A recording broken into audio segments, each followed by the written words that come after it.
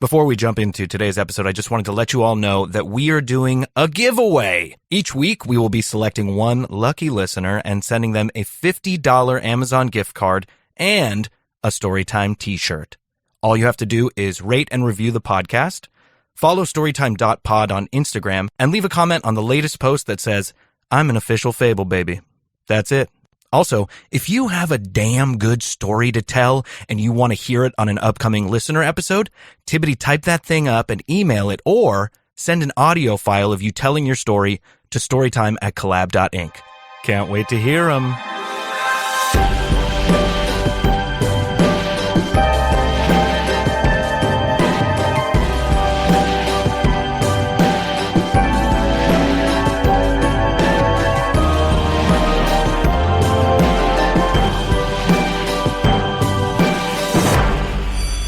Welcome to Storytime, the podcast where I bring you the best stories from around the internet, produced by iHeartRadio and Collab. I'm your host, Will, please never tickle me, McFadden. Today is a very special episode. I'm actually coming to you live from my middle school cafeteria. Technically, I'm trespassing, but as the kids who currently go to this school would say, YOLO, or YOLO. I don't know. Hey, kid. Do you say YOLO or YOLO? Fuck off, weirdo. Cool. Anyway, it's the perfect location for us to go on a cringe-tastic journey of some of the internet's most embarrassing stories. None of these stories will be mine, of course, as I am much too cool and definitely never shit my pants in front of Carly Hertz, the most beautiful girl in school, after eating one too many bowls of clam chowder, or nearly burned my nipple off in a chemistry experiment gone wrong. Why was my shirt off?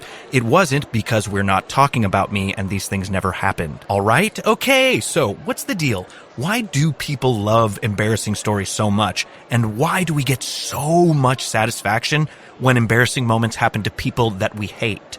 Don't deny it. You all know exactly what I'm talking about. And you know what? That feeling, it's normal. In fact, it's so normal, the Germans even have a word for it, which makes sense if you think about it. Makes complete sense. So throw out that page on your word of the day calendar and buckle up, because I'm coming at you with Schadenfreude. That's right. Schadenfreude. Really rolls off the tongue there, doesn't it? The official definition is the experience of pleasure, joy, or self-satisfaction that comes from learning of or witnessing the troubles, failures, or humiliation of another. To use it in a sentence, America's Funniest Home Videos thrives on Schadenfreude. Now, wouldn't it be fab if secondhand experience was the only way one could feel the cringe and tinge of embarrassment? Oh, that would be a dream. That would be an absolute dream, but that's simply not possible. Everyone trips, or barfs, or shits their pants in front of their crush at one point or another. Not that I would know. And if you're lucky, your experience will one day spice up a round of drinks with friends, or make a first date laugh, or who knows, maybe even land you on a podcast featuring the most suave and deboner host who has definitely always made it to the bathroom in time ever in his life. Surprise! I'm talking about me.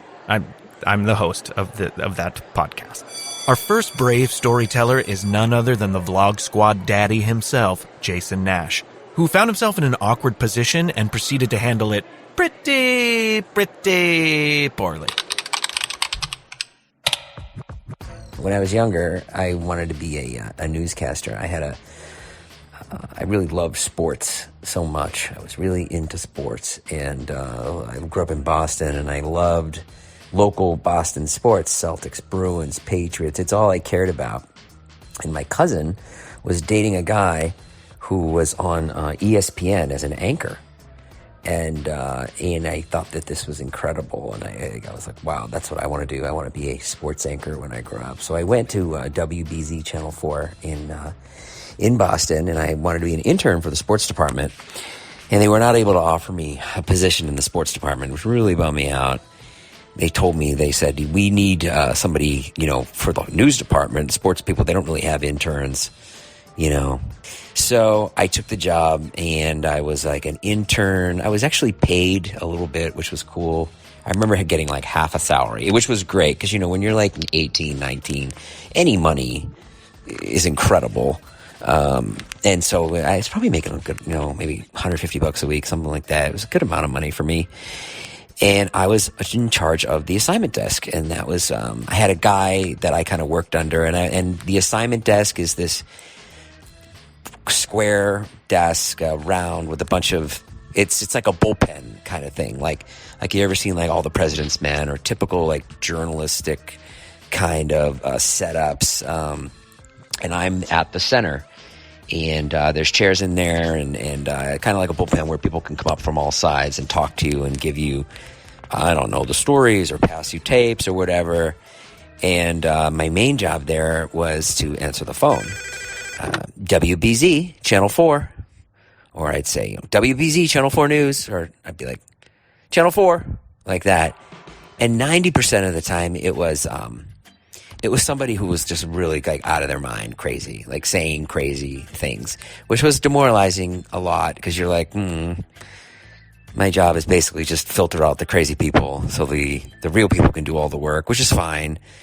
But lots of times people would call and tell me that like Satan was talking to them through the Phil Donahue show, which like aired on the channel a couple hours before the news would air.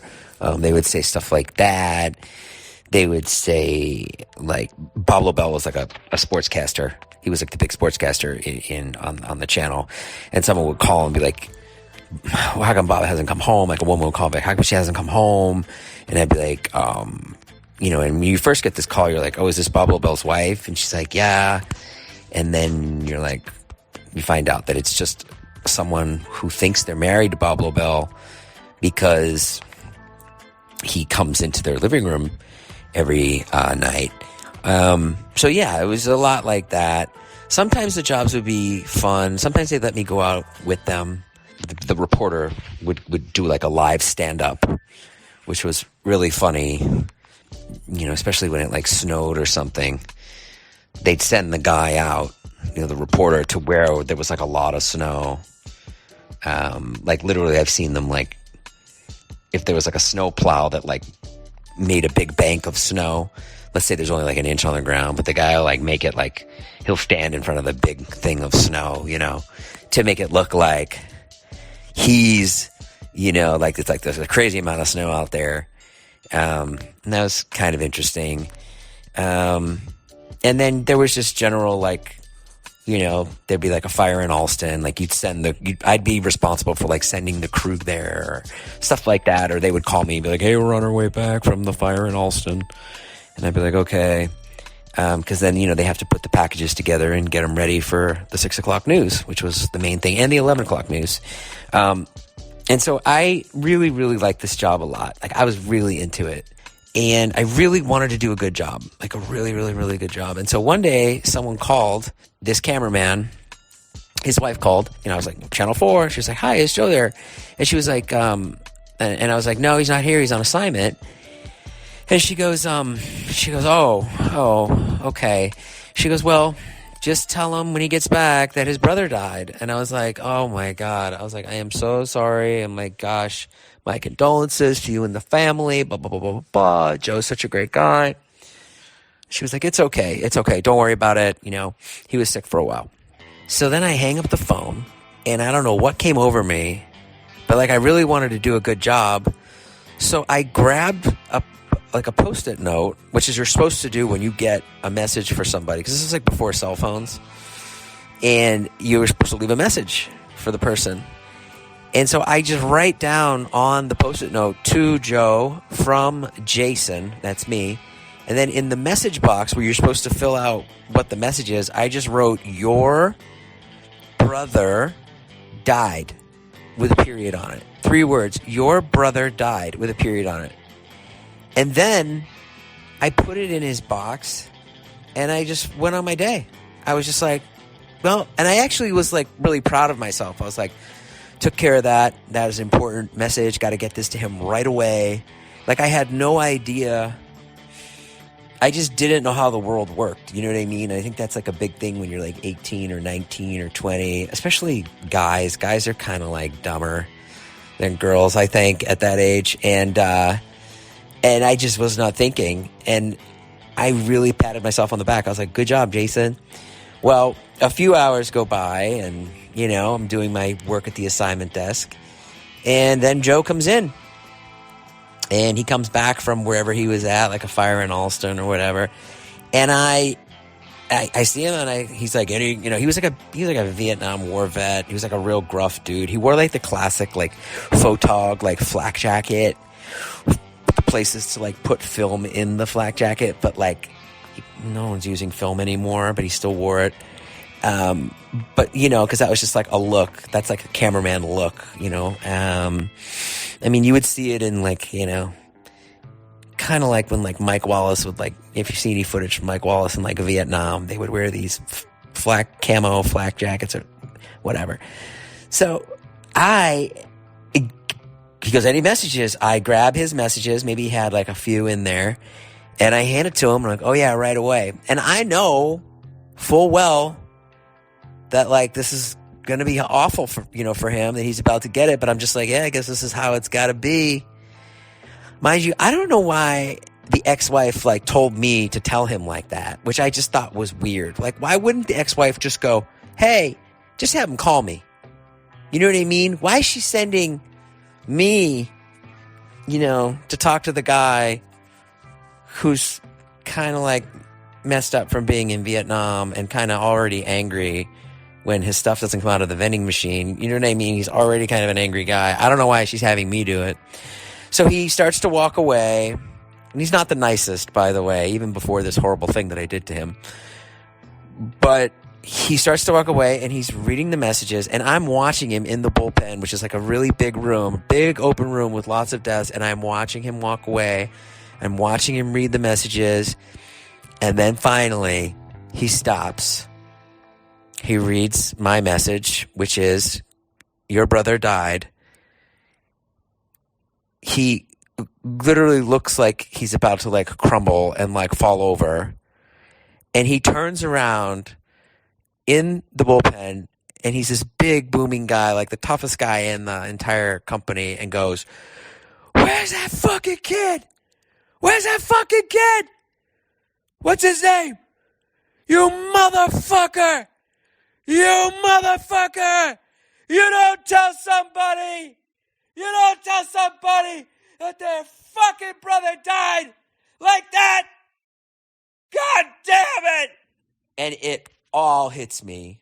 Like, in that moment, I was like, oh shit. Like, I was like, oh right. That would be a really bad way to tell somebody that their brother died. And I don't know. It's one of the most embarrassing, humiliating things I've ever done. I felt so bad. I was trying to do a good thing. He rushed the bullpen. He rushed the assignment desk, and he had to be physically pulled away from me. He literally took a swing at my face, but luckily this guy, Roby, his name, he got on the way. That was his nickname, Roby. He was my boss, and I remember Roby just going, he's just a kid, Joe. He's just a kid. He's like, I don't give a fuck if he's a fucking kid. He's like, you're going to fucking pay for this. And I was just like, I'm so sorry. I'm so sorry. And I thought for sure that I would get fired. They brought me in to an office, the head of the assignment desk and the head of the news division. And I sat there for like 10 minutes, and I was like, okay, well, this is pretty much it. And I was like, okay, lesson learned. It wasn't like the best job. It wasn't like a job in sports. And the two guys, Dave and Roby, they came in. They looked at me really sternly, and then they shut the door behind them. And then they started fucking dying laughing. And they were like, that is the funniest fucking thing. And they're like, what were you thinking? And I was like, I don't know. I was trying to do a good job. And they were just like hysterical for like 5 minutes. And I remember the offices were glass, so people were watching them laugh. And I was like, you guys probably shouldn't laugh. And they're like, oh yeah, probably not. And then they were just like, yeah, just don't do it again. And then they let me stay. And I kept my job at WBZ Channel 4.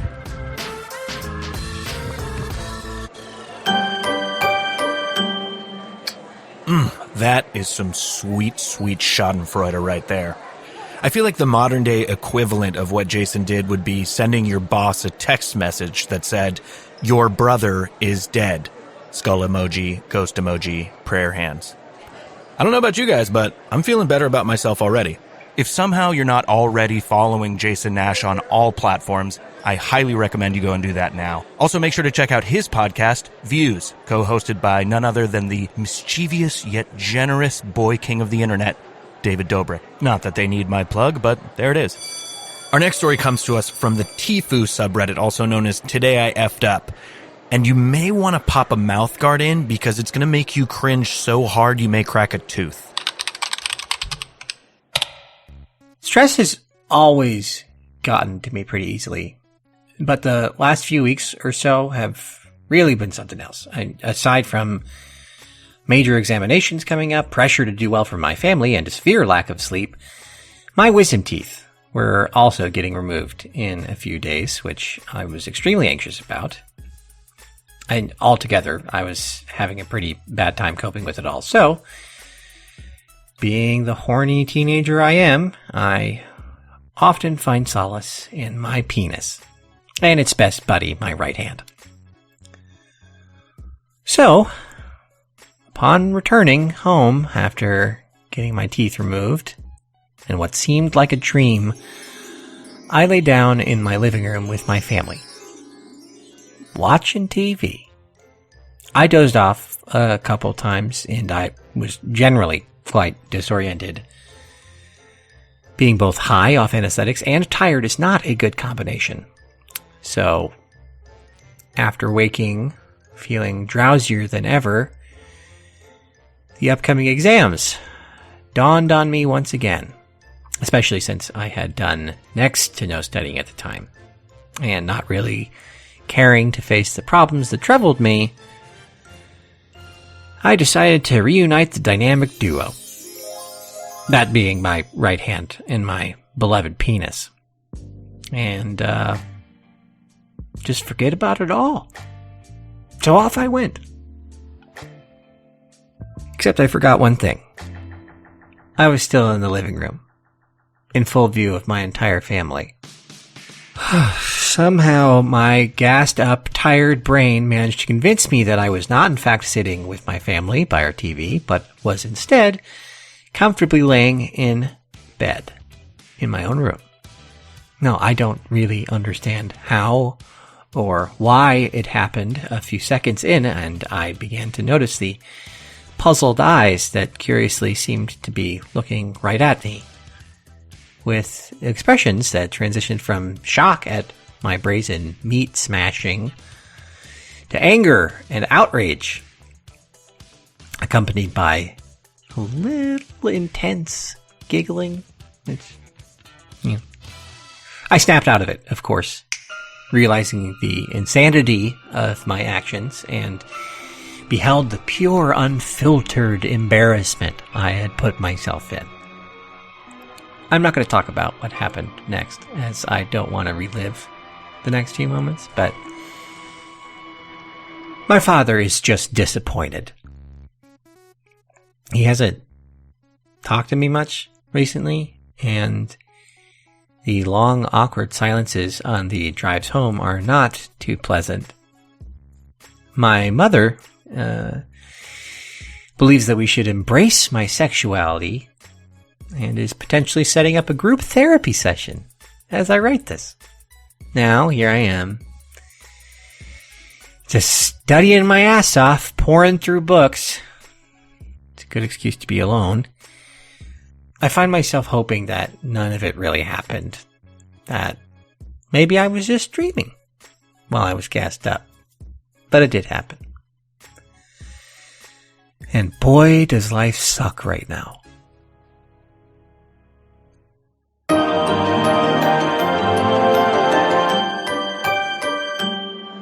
Wow.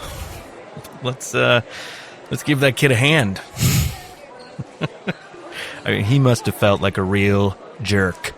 I mean, if I were that kid, I would move out. I would just beat it. Okay, I'm done. Moving along. Social media makes it so easy to connect with old friends and make new ones. It also makes it incredibly easy to embarrass yourself from the comfort of your own home. Seriously, you can lay in your bed all alone eating candy bars and still somehow find yourself in an embarrassing situation of your very own making. And our last storyteller, Charlie, also known as Critical, also known as Penguin Zero, knows this all too well. I don't think I've ever shared a story about myself so embarrassing that it changes the way you look at me. I've shared a lot of embarrassing stories with girls and shit that I've had in the past, but nothing that's so goddamn game-changingly cringe-inducing that you vomit and think less of me until today. I was trying to think of a story that I wanted to talk about because I wanted to tell a really embarrassing one today, but I wanted to like amp this shit up to like the highest fucking level I could. So I was going to my past, of which there's a myriad of embarrassing stories to choose, but I wanted to find the perfect one. And then I remembered something that made me sick to my goddamn stomach. So I can't wait to share it with all of you. So to preface this happened in high school. The year is 2011. This was right after my third lung collapse. If you've been following me for a while, you know my lung collapsed 3 times. And the last time it happened was 2011. Well, in 2011, I got surgery to have it fixed. And before I went into surgery, there was a girl I had a crush on that had just added me back on Facebook. And I decided I'd send her like this goddamn scholarly "oorah, I love you" message to her. And we had never spoken. So this girl and I never spoke once in our lives, not even by accident. If I farted somewhere in school, there's no way she would ever fucking smell it because we were never even close to each other in any sense of the word. The only reason we even knew about each other, or rather the only reason I knew about her, was because she was a cheerleader and I played basketball. Other than that, no communication, literally not even eye contact. And yet for some reason, in 2011, I sent this girl the most disgustingly embarrassing messages when I was in the hospital. I haven't read them. I screenshotted them today, and I sent them to myself so I could read them to you today, and we can experience this together as a lesson in how not to ever approach a woman in any way. So allow me, please. Pickup artist legend Charlie is going to guide you through the how-don'ts, the do-nots of women. So let's go ahead and get into these messages here. So ace pussy slang god Charles in 2011 leads with, "I know you and I have never talked, but I just wanted to tell you that you are one of the most beautiful girls I have ever seen." Now, some of you might hear that and think I came on a little too strong. Looking back on it now, hindsight's 2020, I don't think I came on strong enough. I should have led with "I love you," signed Charles, and then like a little kiss, and then maybe go from there. So after I said this, she responds with a simple question mark. Nothing else, just one character, a question mark. I was already in the hospital, but if I wasn't, that right there would have sent me to the hospital with fucking cardiac arrest. That shit hurt so goddamn bad at the time. But I mean, what can you expect when someone leads with some shit like this? This is the kind of shit you see on Twitter with like a bad English associated with it, with a "send bobs and bitch lasagna, please, vagina look good with penis" and stuff like that. It's a creepy message. Any girl should respond with a question mark or nothing at all.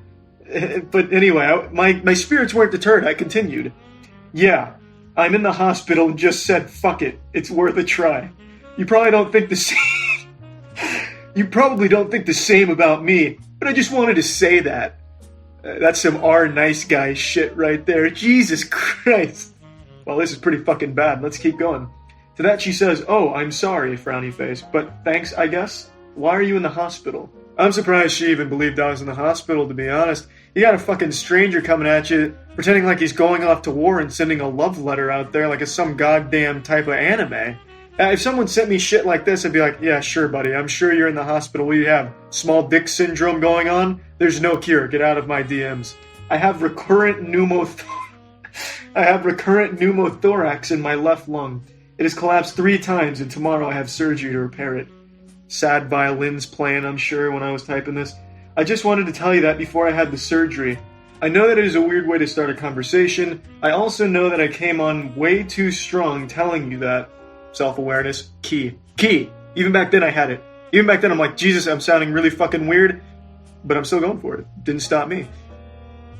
Should have stopped me, to be honest. Yeah, that's the lesson to take away here. Don't do this. You know, at this, when you're starting to recognize, like, holy shit, this is too strong and I'm being very weird, just stop.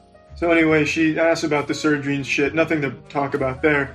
But then, as we're starting to wrap up, I say, just wondering, do you know who I am? If you don't, I bet this is the most fucked up conversation you've ever been a part of. I mean, yeah, that's definitely a fucked up way of going about things, past Charles. Jesus Christ. I sound like some type of spoiled rich kid. Do you know who my father is? He invented Bing.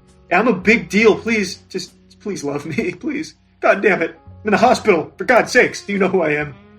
God, these are such embarrassing messages. She says, haha, no, I do know who you are. Like, I've seen you, but that's it. Yeah, I mean, yeah, that sounds about right. I was a very odd guy. Odd looking, too. I had this really weird my hair looks like shit now, but back then I had an even weirder hairstyle where I shaved all, like, the side, the back, and the top of my head. Like, it was a one with the clippers, but the front was about as long as it is now. So everything was pretty shaven except the bangs. So yeah, I was a fucking lunatic. It'd be hard to forget it'd be hard not to see me and make fun of me. I was one step shy of like a trench coat fedora wearing fucking loser in high school. I really was. So yeah, it makes sense that she at least remembered what I looked like, because I looked like a goddamn fucking psychopath. So to that I said, oh, sorry. I bet this is weird for you, huh? The only way to make things like this not weird is to keep saying, yeah, this is probably weird, right? That way, it takes the tension off. It's like, oh, he's saying it's weird. It can't be weird if he keeps talking about how weird it is. All right, it makes sense. Like, pretty much every fucking line I say in here is about how weird it is, and yet I keep going. To that, she says, I don't mind at all. So then, in closing, this is my finisher. This is my Mortal Kombat fatality. My big grand finale here. All right, cool. Maybe when I get out of here, we can talk more so I can get to know you a little better. I'm not as weird as this conversation makes me seem. You know. Little pro tip to the ladies: don't take someone up on that offer. They most likely are pretty fucking socially inept. I certainly was, 100%. We never talked after this. I can't imagine why, but we never spoke or anything. Nothing ever came of this, unsurprisingly. However, I'm sure if we did, I would have been still just as socially inept talking in person as I was on the Facebook Messenger. So the lesson, ladies and gentlemen, don't be weird. That's always the advice I give to someone going into college and shit. Just don't be weird. Don't be super forward. Don't be super out there. Just be normal conversations. Let things, simmer, develop, sniff things out. Don't just come in there guns blazing, fucking jerking off. I love you. Do you love me?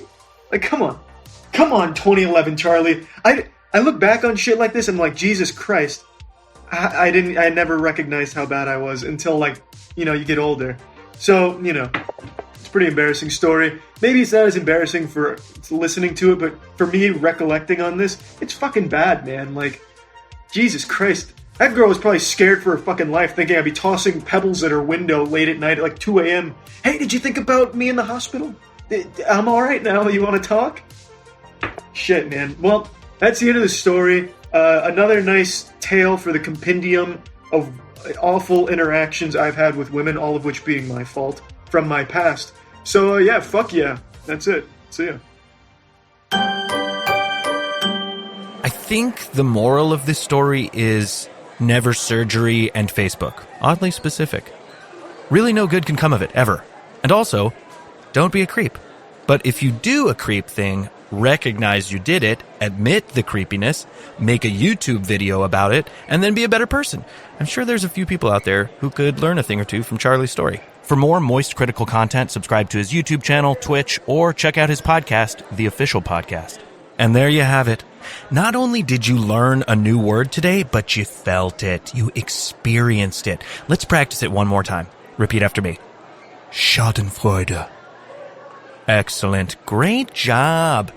You cringed some cringes, and if you're like me, you shuddered in your soul. I'd like to give a huge shout out to our storytellers, Jason Nash, Critical, and the Anonymous Masturbation Boy, wherever you are. You can find more info about them and links to their channels in the description.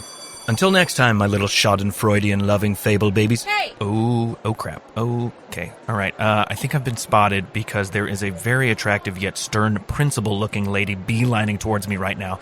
Oh my god. What? Oh my god. Is that Carly Hertz? It is Carly. I would recognize that disapproving scowl any day of the week.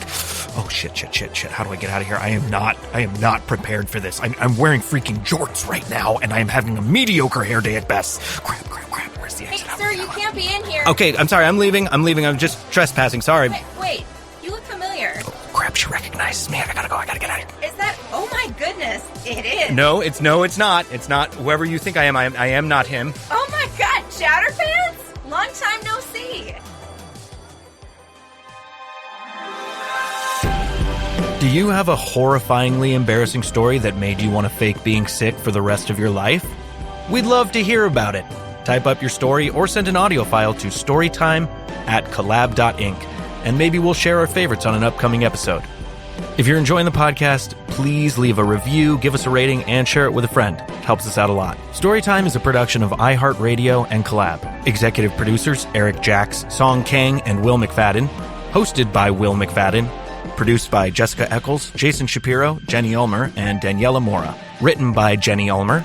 Voice acting by Tom Szymanski and Jenny Ulmer. Sound design by Tony Maddox. Original score by Scott Simons. Cover art by John Kusagaya. And animation by Bella Bouchon.